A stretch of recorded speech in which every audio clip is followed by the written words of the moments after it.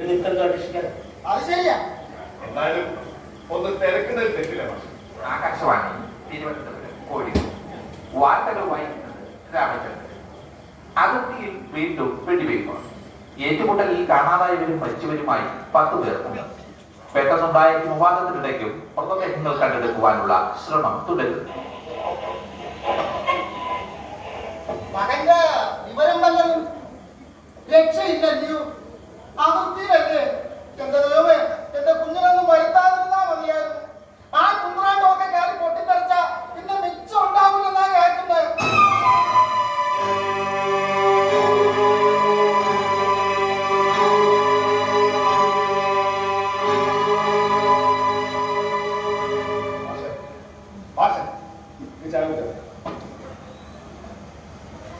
അങ്ങനൊന്നും സംഭവിക്കാന്ന് 10 പേരെന്ന് പറയുമ്പോ ആരൊക്കെയാവാം?